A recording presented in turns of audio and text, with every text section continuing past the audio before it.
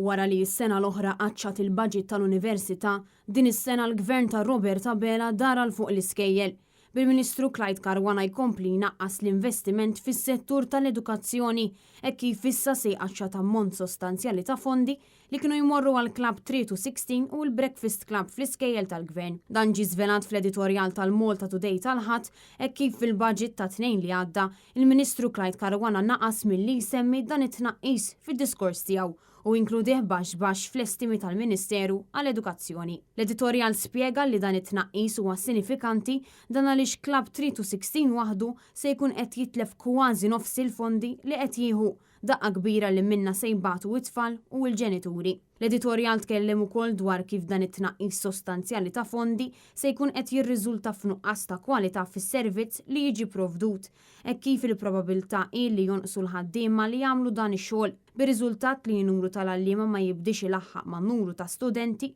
u għalhekk jiżdiedu l-problemi li diġà qed jaffaċċjaw l-għalliema Maltin. Dawn l-inizjattivi kienu parti mill-lajta ta' Gvern Laburista fis-sena tal-2014 fejn kienu parti mill-pjan tal-Work-Life Balance li rid isaħħaħ il-Gvern ta' Joseph Muscat bilan li t-tfal tal-iskejjel tal-Gvern jibqgħu wara l-ħin tal-iskola sakemm il-ġenituri jkunu jistgħu jiġbruhom wara x-xogħol, inizjattivi li issa il-Gvern ta' Robert Abela qed jitfa' fil-ġenb. Dan kollu qed iseħħ wara li l-Gvern ta' Robert Abela fil-budget ippreżentat il-ġimgħa l-oħra naqas milli jindirizza l-kriżi li qed taħkem is-sistema edukattiva fejn numru ta' għalliema fl-aħħar xhur irreżenjaw mill-kariga tagħhom minħabba diversi diffikultajiet dan fil-waqt li l-budget naqas ukoll milli jindirizza l-għalliema li huma klassifikati bħala supply teachers.